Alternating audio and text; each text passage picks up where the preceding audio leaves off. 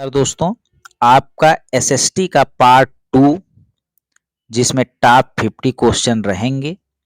इस वीडियो के सीरीज को पूरा आप जरूर देखिए। अगर एसएसटी के इस पूरे सीरीज को आप देख लेते हैं तो 100% क्वेश्चन दोस्तों यहीं से आएंगे। सारे के सारे प्रीवियस ईयर क्वेश्चन व्याख्या सहित हैं। देखिए, पृथ्वी का परिक्रमण, परिक्रमण का मतलब है कि जैसे सूर्य यहाँ पे स्थित है तो पृथ्वी उसकी क्या कर रही है, परिक्रमा लगा रही है। तो पृथ्वी का परिक्रमण और पृथ्वी का एक ही दिशा में उसके अक्ष पर झुका होना ही ऋतु परिवर्तन का क्या होता है, कारण होता है। पृथ्वी अपने समतल अक्ष पर जो झुकी हुई है, एक तो वो और दूसरा सबसे बड़ा कारण है परिक्रमण। इन्हीं के कारण जो है ऋतु परिवर्तन होता है। ध्यान रहे, परिक्रमण के कारण होता है। अगर परिभ्रमण दे देगा या घूर्णन दे देगा तो उसके कारण दिन और रात होते हैं। ठीक है, अगला क्वेश्चन है, पृथ्वी ग्लोब जैसी गोल है। ठीक है, अर्जेंटीना देश के व्यक्ति, जैसे पृथ्वी ऐसे गोल सा है तो हम मान लीजिए यहाँ पे खड़े हैं तो अर्जेंटीना वाले देखिए यहाँ नीचे ऐसे उल्टे खड़े हैं, कोई दिक्कत नहीं क्योंकि पृथ्वी कैसी है, गोल है। तो वही बात कर रहा है कि अर्जेंटीना देश के व्यक्ति पृथ्वी पर हमारे सापेक्ष उल्टे खड़े हैं। इसमें कोई अचंभित होने वाली बात नहीं है। सब जगह गुरुत्वाकर्षण बल के कारण हर आदमी कहीं भी खड़ा है। ठीक है, नदी पर बनाए गए बांध विषय के लिए विशिष्ट मापने योग्य बात यह है कि अब बताइए, किसी नदी पर आप जबरदस्ती बांध बना दे रहे हैं तो अब बच्चों को वहां पे क्या सिखाया जाना चाहिए? छात्र उन नकारात्मक प्रभावों को सूचीबद्ध करेंगे जिनका बांध बनाने के निर्माण के दौरान मानव बस्तियों को सामना करना पड़ा। यानी कि जब आप बांध बना रहे थे तो वहां के जो स्थानीय लोग थे, जो वहां की मानव बस्तियां थीं, उन्हें आपने विस्थापित होने के लिए मजबूर कर दिया। तो वही जो नकारात्मक प्रभाव है बांध को बनाने का, उसके बारे में बच्चों को आप बताएंगे। अगला है, माउंट एवरेस्ट बछेंद्री पाल इस पर्वत की चोटी पर कदम रखने वाली भारत की पहली महिला बन गई थी। इसकी चोटी की ऊंचाई 8900 मीटर है। देखिए दोस्तों, सीटेट में ज्यादातर 89 ही आया है, लेकिन 8848 या 8850 आ जाता है तो वो भी सही होता है। माउंट एवरेस्ट का ज्यादातर भाग नेपाल में है। ठीक है, अगला है, ब्रह्मपुत्र नदी भारत के दो राज्यों, एक तो असम जहां इसे ब्रह्मपुत्र ही कहा जाता है और एक अरुणाचल प्रदेश जहां इसे दिहांग कहा जाता है, होश से होकर बहती है। अगला है, महाराष्ट्र, मध्य प्रदेश, गुजरात। महाराष्ट्र, मध्य प्रदेश और गुजरात में बड़े बड़े बांधों के निर्माण के कारण स्थानीय व्यक्तियों को अपने प्राकृतिक आवास को छोड़ना पड़ा, मजबूरी में छोड़ना पड़ा, क्योंकि बहुत बड़े बड़े बांध बन रहे थे। तो इस छोड़ने की गतिविधि को हम विस्थापन कहते हैं। यानी स्थानांतरण द्वारा अंदर आके बस जाना अप्रवासी कहलाएगा और बाहर चले जाना का मतलब विस्थापन कहलाएगा। ठीक है, अब अगर हम बात करें 23.5 डिग्री साउथ, यानी 23.5 डिग्री साउथ में जो है यहाँ पे, उसे हम मकर रेखा कहते हैं और 23.5 डिग्री जो नॉर्थ में है उसे हम कर्क रेखा कहते हैं। और जो हमारी कर्क रेखा है वह भारत के 8 राज्यों से होकर गुजरती है। यह रेखा भारत के लगभग मध्य से, यानी भारत का ऐसे नक्शा बनाएंगे तो उसके लगभग बीच से होकर गुजरती है। और जो 8 राज्य हैं उसमें पहला है मिजोरम, दूसरा है त्रिपुरा, तीसरा है पश्चिम बंगाल, चौथा है राजस्थान, पांचवा है गुजरात, फिर मध्य प्रदेश, छत्तीसगढ़ और झारखंड। तो ये 8 राज्य आपको याद रहने चाहिए, क्योंकि इससे क्वेश्चन पूछा है कि निम्न में से कौन से राज्य से कर्क रेखा नहीं गुजरती है। तो 8 राज्य आप एक को याद रहने चाहिए। अगला है, देखिए दोस्तों, जैविक कृषि। यानी यह कृषि करने की ऐसी प्रक्रिया है जो पर्यावरण को क्या करती है, संरक्षित रखती है, पर्यावरण संरक्षण में सहायक होती है, कंपोस्ट खाद खाद का प्रयोग करवाती है। इसके बाद देखिए दोस्तों, जहाँ पे एंडीज पर्वत था, उसी महाद्वीप यानी दक्षिण अमेरिका में ही माउंट एकांकागुआ भी है। उसी दक्षिण अमेरिका में माउंट एकांकागुआ है। तो माउंट एकांकागुआ जो है वो दक्षिण अमेरिका की सबसे ऊंची चोटी है, जो सीटेट में आपके पूछा गया है। अगला है, उत्तर प्रदेश का राष्ट्रीय पक्षी क्या है? तो सारस या क्रेन जो है उत्तर प्रदेश का राष्ट्रीय पक्षी है। अगला क्वेश्चन देखेंगे, तो पृथ्वी से चंद्रमा का केवल एक भाग ही दिखाई देता है। बहुत इंपॉर्टेंट है कि पृथ्वी से चंद्रमा का केवल एक ही भाग दिखाई पड़ता है, क्योंकि चंद्रमा पृथ्वी का एक चक्कर क्योंकि चंद्रमा पृथ्वी का एक चक्कर पूरा करने पे, जैसे यहाँ पृथ्वी है तो उसका चक्कर चंद्रमा लगा रहा है, तो एक चक्कर पूरा करने में 27 दिन लगा देता है।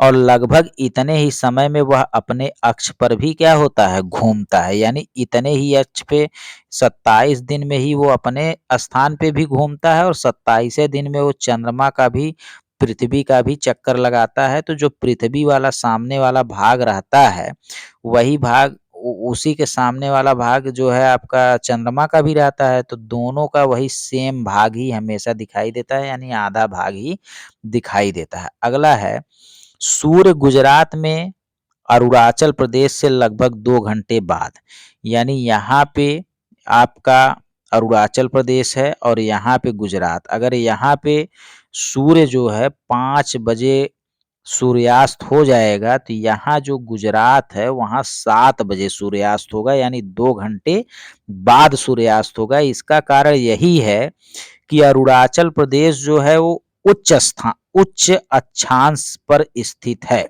जबकि गुजरात उच्च स्थान पर स्थित नहीं है, जो कि यहाँ पे दिखाया गया है कि अरुणाचल जो है 28 और 94 पर स्थित है, जबकि गुजरात 22 और 71 पे है। यानी कि अरुणाचल प्रदेश उच्च स्थान पर अक्षांश पर स्थित है, इसीलिए जो है यहाँ पे जल्दी सूर्यास्त हो जाता है और यहाँ पे देर से होता है। और इन दोनों के बीच 29 देशांतर का अंतर है। 29 देशांतर, जो भारत की मानक समय रेखा 29 देशांतर जो है, तो उसमें अगर 29 से 4 में गुणा करेंगे, क्योंकि एक देशांतर बराबर, जो 1 डिग्री देशांतर बराबर 4 मिनट का अंतर, तो वैसे 29 डिग्री देशांतर बराबर जो है 116 मिनट, यानी लगभग 120 मिनट, यानी लगभग 2 घंटे होते हैं। पृथ्वी अपने कक्षीय समतल पर पृथ्वी अपने कक्षीय समतल पर 66.5 डिग्री झुकी है, जबकि पृथ्वी अपने अक्ष पर 23.5 डिग्री झुकी है। बहुत इंपॉर्टेंट क्वेश्चन है। पृथ्वी अपने कक्षीय समतल पे या अपने कक्षा में 66.5 डिग्री, याद रखिएगा कि अपने कक्षा में 66.5 डिग्री, जबकि अपने अक्ष पर, अगर अक्ष की बात करेगा तो 23.5 डिग्री झुकी हुई है। ठीक है। अगला है, 21 मार्च और 23 सितंबर को पूरी पृथ्वी पर दिन और रात बराबर होते हैं। इस घटना को हम विषुव कहते हैं, ये भी सीटेट में पूछा है, क्योंकि सूर्य की किरणें विषुवत वृत्त पर सीधी पड़ती हैं और इस स्थिति में कोई भी ध्रुव सूर्य की ओर झुका नहीं होता। देखिए, क्योंकि के बाद वाला आपको याद रखना है, क्योंकि ये कथन कारक में पूछा है कि सूर्य की किरणें विषुवत वृत्त पर सीधी पड़ती हैं और इस स्थिति में कोई भी ध्रुव सूर्य की ओर कोई भी ध्रुव झुका नहीं होता है। इस स्थिति को हम विषुव कहते हैं। अगला है, बिग बियर। बिग बियर एक उदाहरण है नक्षत्र मंडल का। अगला है, पृथ्वी अपने अक्ष पे पश्चिम से पूर्व घूमती है। बहुत इंपॉर्टेंट क्वेश्चन है, बार बार भूल जाता है। पृथ्वी अपने अक्ष पर पश्चिम से पूर्व की ओर घूमती है और 2 ग्रह, सारे ग्रह जो होते हैं वो पश्चिम से पूर्व घूमते हैं, सिवाय 2 ग्रह को छोड़कर, जो शुक्र और अरुण है, ये दोनों विपरीत दिशा में घूमते हैं। पृथ्वी द्वारा अपने अक्ष पर घूमने में लिया गया समय जो कहलाता है, अपने जगह पे ही जो घूमता है, उसे आप परिभ्रमण कहते हैं, लेकिन सीटेट में बार-बार इसे पृथ्वी दिन कहा है, यानी पृथ्वी एक दिन में जितना घूम जाए अपने अक्ष पे उसे पृथ्वी दिन कहते हैं। उसके बाद दोस्तों देखिए इधर के जो 4 ग्रह हैं बृहस्पति, शनि, यूरेनस और नेपच्यून, ये चारों गैसीय ग्रह हैं और इधर के जो 4 हैं बुध, शुक्र, पृथ्वी और मंगल, ये सब ठोस ग्रह हैं। इन ग्रहों को टेरेस्ट्रियल कहते हैं, पृथ्वी सदृश ग्रह कहते हैं, आंतरिक ग्रह कहते हैं। और इन सबको गैसीय ग्रह, जोवियन ग्रह, बृहस्पति सदृश और बाह्य ग्रह कहते हैं। और आपके एग्जाम में यह पूछा है कि छल्ले वाले ग्रह कौन-कौन से हैं? तो सबसे पहले तो छल्ला वाला शनि है। अगर कई ऑप्शन है तो ये चारों में छल्ले लगे होते हैं, ऐसा आपके सीटेट में पूछा गया है। इसके बाद अगला क्वेश्चन दोस्तों क्या है? अगला ये है कि यदि अहमदाबाद 72 ईस्ट देशांतर पर स्थित है तो अहमदाबाद का स्थानीय समय क्या होगा यदि भारतीय मानक समय 8 बजे है? मान लीजिए ये ग्रीनविच है। इसके बाद यहाँ पे हम मान लेते हैं कि ये भारतीय मानक समय जो 82.5 डिग्री पूर्वी देशांतर है। अब 82.5 डिग्री के इधर ही कहीं पे 72.5 होगा, यानी अगर इस मानक रेखा के इधर जाएंगे समय घटेगा, इधर जाएंगे समय बढ़ेगा। और इस समय दिया है इस मानक रेखा का 8 बज रहा है। मान लीजिए इस मानक रेखा पे 8 बज रहा है, 82.5 में से हम इधर जाएंगे 72.5, तो अंतर निकालेंगे, 82.5 में से 72.5 निकलेगा तो 10 देशांतर का जो है अंतर है। और एक देशांतर में 4 मिनट तो 10 देशांतर में 40 मिनट। और इसके इधर गए हैं तो समय घटेगा, इधर गए होते समय बढ़ता। तो इधर गए हैं समय घटेगा तो 8 में से 40 मिनट घटा देंगे। 8 बजे में से 40 मिनट घटाइए, वैसे अपने दिमाग से घटाइए कि 8 बज रहा है, 40 मिनट घटा देंगे, इसका मतलब 7:20। 7:20 जो है होगा इसका उत्तर। अगला है मृदा परिच्छेदिका यानी सॉइल प्रोफाइल की मोटाई को समय निर्धारण करता है। बहुत इंपॉर्टेंट है कि जो मृदा परिच्छेदिका की मोटाई को ऑप्शन में आपके रहेगा समय निर्धारित करता है। अगला क्वेश्चन है वास जेस पर्वत यूरोप में स्थित है और यह भ्रंश या ब्लॉक पर्वत का उदाहरण है, कई बार आपके एग्जाम में पूछा गया है। अगला है भारत के लद्दाख क्षेत्र को छोटा तिब्बत कहा जाता है। भारत के लद्दाख क्षेत्र को छोटा तिब्बत इसलिए कहा जाता है क्योंकि यह लद्दाख जो भारत का है वो तिब्बत यानी चीन से सटा हुआ है। लद्दाख की राजधानी जो है लेह है। इसके बाद दोस्तों देखिए आप आग्नेय शैल पढ़े होंगे। आग्नेय शैल का एक उदाहरण होता है ग्रेनाइट और एक होता है बेसाल्ट। तो अगर ऐसे ग्रेनाइट और बेसाल्ट बनाना हो तो नीचे वाला जो होता है वो ग्रेनाइट होता है और ऊपर वाला जो होता है वो बेसाल्ट होता है। तो नीचे वाले को हम आंतरिक या अंतर्भेदी आग्नेय शैल कहते हैं और जो बाहर वाला होता है उसे हम बहिर्भेदी आग्नेय शैल कहते हैं। तो आपको अब याद हो गया होगा कि अंतर्भेदी आग्नेय शैल का उदाहरण ग्रेनाइट है और बहिर्भेदी आग्नेय शैल का उदाहरण बेसाल्ट है। और दोनों चाहे ग्रेनाइट हो चाहे बेसाल्ट दोनों आग्नेय शैल के उदाहरण है। इसके अलावा बलुआ पत्थर, चूना पत्थर, कोयला और सैल ये सब अवसादी शैल के उदाहरण हैं। और अवसादी यानी वेस्ट मटेरियल यानी बालू के जैसा जो जितने भी हैं सब जो है अवसादी चट्टान के उदाहरण है। और अवसादी चट्टान को हम परतदार चट्टान भी कहते हैं, यह भी आपके सीटेट में पूछा गया है। अगला है संगमरमर एवं क्वार्टरजाइट। संगमरमर एवं क्वार्टरजाइट कायांतरित शैल का उदाहरण है। कायांतरित शैल को ही हम रूपांतरित शैल भी कहते हैं। और ये जो कायांतरित या रूपांतरित शैल बनते हैं वो बनते कैसे हैं? तो आग्नेय व अवसादी शैल जब उच्च ताप व दाब के प्रभाव में कायांतरित शैलों में क्या हो जाते हैं? परिवर्तित हो जाते हैं। अगला है मैत्री और दक्षिण गंगोत्री। ये दो भारत के बहुत इंपॉर्टेंट शोध संस्थान है जहां पे रिसर्च होता है। एक मैत्री हो गया, एक दक्षिण गंगोत्री। ये दोनों के दोनों अंटार्कटिका महाद्वीप में स्थित हैं। अंटार्कटिका वाले महाद्वीप में स्थित हैं। ठीक है। अगला है रेगिस्तान में जो पवन अपरदन और निक्षेपण का प्रमुख कारण है। इन्हीं के कारण रेगिस्तान में छत्रक शैल स्थलाकृति का निर्माण होता है। अगर आपसे पूछेगा रेगिस्तान में यानी बालू में छत्रक शैल, जैसे ऐसे करके ऐसे बालू ऐसे इकट्ठा हो जाता है, उसी को छत्रक शैल कहते हैं। तो छत्रक शैल बालू में रेगिस्तान में कैसे बन जाता है? डायरेक्ट आप याद रखिए कि छत्रक शैल रेगिस्तान में बनता है।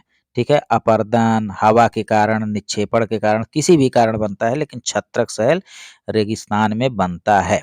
अगला क्वेश्चन है, पृथ्वी की सबसे आंतरिक परत जो होती है उसे आप निफे कहते हैं, जो निकिल और लोहे से बनी होती है। देखिए, पृथ्वी की सबसे नीचे वाली परत को हम निफे कहते हैं, सबसे ऊपर वाली या बाहरी परत को सियाल कहते हैं, और बीच यानी मध्य परत को हम मेंटल कहते हैं। अगला है यूराल पर्वत। यूराल पर्वत एशिया को यूरोप से अलग करती है। ठीक है, इसके बाद देखिए दोस्तों, एक बार आपका मानचित्र पूछ लिया है कि ऊपर क्या होता है, तो आप बता देंगे उत्तर, नीचे दक्षिण, और इधर पूरब और इधर पश्चिम होता है। मानचित्र आपको एकदम अच्छे से देखना है। मानचित्र पर आधारित राज्य वाला एक दो प्रश्न सीटेट में आपके जरूर होता है। अगला है, दुनिया की सबसे लंबी पर्वत श्रृंखला एंटीज पर्वत श्रृंखला दक्षिण अमेरिका में है। उसके बाद दोस्तों जो है, एक क्वेश्चन है कि एक मानचित्र ऐसे ऐसे पैमाने का प्रयोग करता है जिसमें मानचित्र में 1 सेंटीमीटर धरती का मतलब 20 मीटर के बराबर है। यदि मानचित्र में दो स्थानों के बीच की दूरी 5 सेंटीमीटर है तो उसकी वास्तविक दूरी कितनी होगी? तो 1 सेंटीमीटर बराबर 20 मीटर, तो 5 सेंटीमीटर बराबर 20 गुणे 5 यानी 100 मीटर। इसका क्या हो जाएगा? उत्तर हो जाएगा। ठीक है दोस्तों, तो इस तरीके से टॉप 50 क्वेश्चन यहाँ पर भी आपके हो गए। इसके बाद ये सीरीज अभी और ऐसे आगे 2-3 पार्ट में और जाएगी, तो सारे के सारे प्रीवियस ईयर क्वेश्चन आपके तैयार हो जाएंगे और उसी में से ज्यादातर क्वेश्चन आपको परीक्षा में मिलेंगे। धन्यवाद दोस्तों।